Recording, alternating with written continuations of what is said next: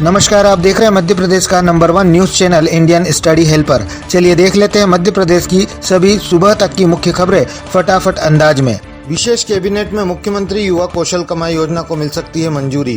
प्रदेश के युवाओं को लेकर शिवराज सरकार की बुधवार को विशेष कैबिनेट बुलाई गई है। इस विशेष कैबिनेट में युवाओं के हित में महत्वपूर्ण निर्णय लिए जाएंगे। मुख्यमंत्री युवा कौशल कमाई योजना को तकनीकी शिक्षा एवं कौशल विकास विभाग इसका प्रस्ताव कैबिनेट में प्रस्तुत करेगा। घोषणा के 1.5 माह बाद भी योजना लागू नहीं किए जाने से मुख्यमंत्री शिवराज सिंह चौहान खासे नाराज है।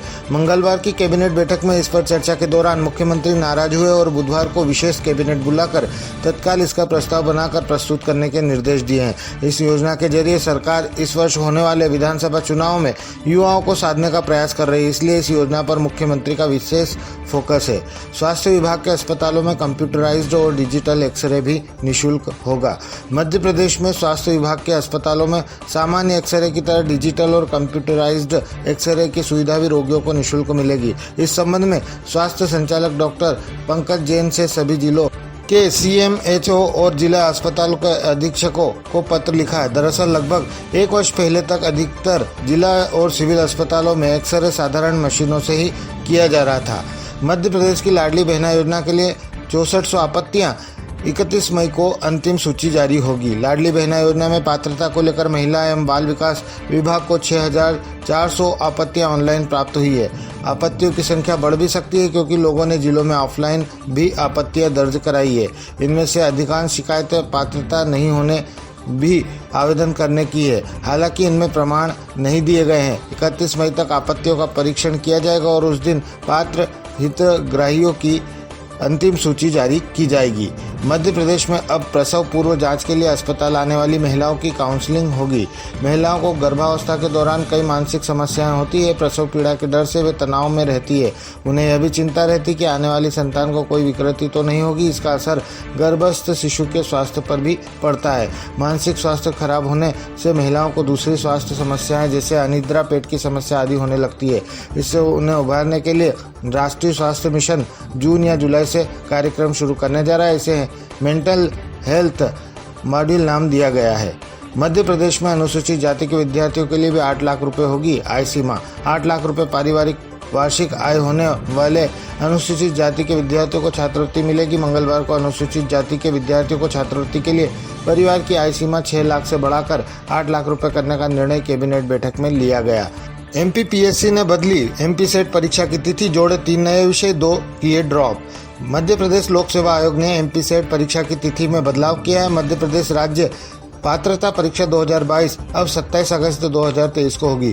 पहले MPSET के 23 विषयों की परीक्षा तिथि 4 जून 2023 को होनी थी। इसके अलावा म्यूजिक, इलेक्ट्रॉनिक्स, साइंस और मैथमेटिकल यानी गणित विज्ञान 3 नए स्नातकोत्तर विषय को जोड़ा गया है। अरबी एवं पर्शियन सब्जेक्ट में एक भी उम्मीदवार द्वारा आवेदन नहीं किया गया, इसलिए इन दोनों विषयों में परीक्षा का आयोजन नहीं होगा। इन दोनों विषयों को ड्रॉप कर दिया गया है। मध्य प्रदेश में भ्रष्टाचार किसी भी कीमत पर सहन नहीं करेंगे मुख्यमंत्री शिवराज सिंह चौहान। भ्रष्टाचार को लेकर हमारी जीरो टॉलरेंस की नीति है। इसका उदाहरण है कि सोमवार को ही प्रथम श्रेणी के एक अधिकारी को सेवा से बर्खास्त किया गया। आपके विभाग में कहीं जरा भी गड़बड़ी मिले तो कठोर कार्यवाही करें। यह बात मुख्यमंत्री शिवराज सिंह चौहान ने मंगलवार को कैबिनेट बैठक से पहले मंत्रियों से कही।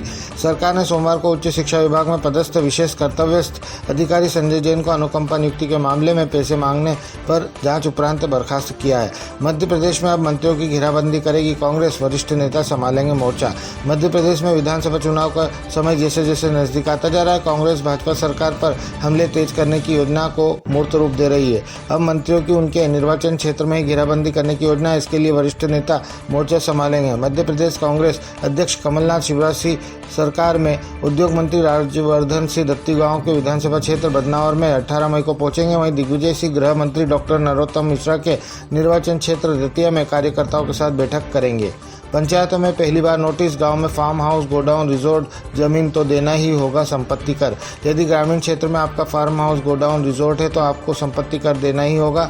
सरकारी निगम मंडल घर मालिक भी इसके दायरे में है। शुरुआत भोपाल जिले से हो गई। यहाँ 1 लाख रुपए से कम के संपत्ति कर बकायादारों से ग्राम पंचायत तो इससे ज़्यादा वालों से जिला पंचायत सीईओ के जरिए वसूली की जा रही है। बकायेदारों को नोटिस जारी किए गए हैं, वसूली शुरू हो चुकी है। अगले कुछ दिनों में यह व्यवस्था प्रदेश भर में लागू हो जाएगी।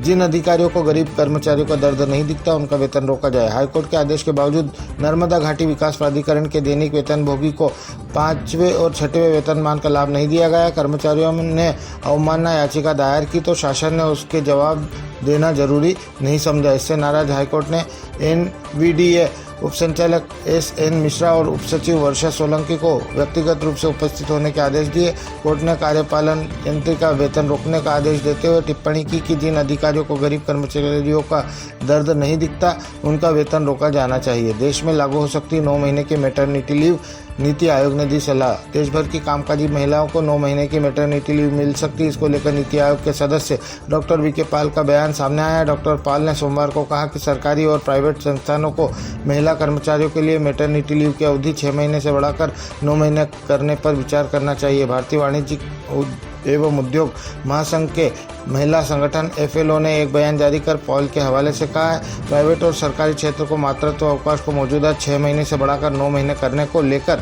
साथ बैठकर विचार करना चाहिए। रिटर्न भरने में नहीं पड़ेगी CA की जरूरत, बस डाउनलोड करने होंगे ये डॉक्यूमेंट्स।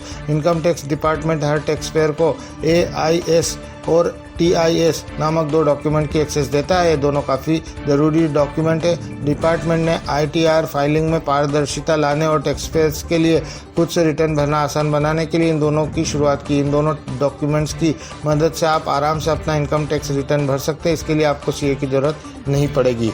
कर्मचारियों के लिए बड़ी खबर, वेतन में 8% की वृद्धि, पदोन्नति का लाभ। लाखों कर्मचारियों के लिए अच्छी खबर है, उन्हें वेतन वृद्धि का लाभ दिया जा रहा है। इसके लिए आदेश जारी किए गए हैं। आदेश के साथ ही कर्मचारियों को पदोन्नति का भी लाभ दिया गया है। इसके साथ ही उनके वेतन में वृद्धि देखी जा सकती है। भारत ने फ्रांसीसी कंपनी कैपजेमिन द्वारा कर्मचारी के वेतन में वृद्धि की गई। सूत्रों के मुताबिक कैपजेमिन द्वारा भारत में अपने कर्मचारियों के लिए वेतन में लगभग 8% की वेतन वृद्धि की पेशकश की गई है। वित्त मंत्री ने जारी किया ऐलान, इन लोगों को देना होगा 20 से 30% टैक्स। नए वर्ष 2023-24 में इनकम टैक्स रिटर्न दाखिल करने वक्त कुछ बदलाव भी देखने को मिलेंगे, जो कि टैक्स पेयर्स को मालूम होने चाहिए। वही बजट 2023 पेश करते हुए वित्त मंत्री निर्मला सीतारमण की ओर से कई अहम ऐलान किए गए थे, जिसका असर लोगों पर पड़ेगा। इसके साथ ही लोगों को टैक्स स्लैब में बदलाव भी देखने को मिलेगा। अगर कोई शख्स न्यू टैक्स रिजीम से टैक्स दाखिल करता है तो उसकी इनकम 12 लाख रुपए से 15 लाख रुपए तक है, तो इन लोगों को 20% इनकम टैक्स दाखिल करना होगा। वहीं जिन लोगों की इनकम 15 लाख रुपए से ज़्यादा है, तो इन लोगों को 30% इनकम टैक्स चुकाना होगा। सीहोर जिले के सलकनपुर में देवी लोक महोत्सव 29 मई से। उज्जैन में श्री महाकाल महालोक के बाद अब सीहोर जिले के श्री सलकनपुर धाम को देवी लोक के रूप में विकसित किया जा रहा है। इसमें माता विजयासन के साथ देवी के सभी 9 रूपों के दर्शन होंगे। 29 मई से देवी लोक महोत्सव प्रारंभ होगा और 31 मई को मुख्यमंत्री शिवराज सिंह चौहान देवी लोक निर्माण के लिए भूमि शिला पूजन करेंगे। निर्माण में जन सहयोग के लिए हर घर से शिला और ईंट लाई जाएगी।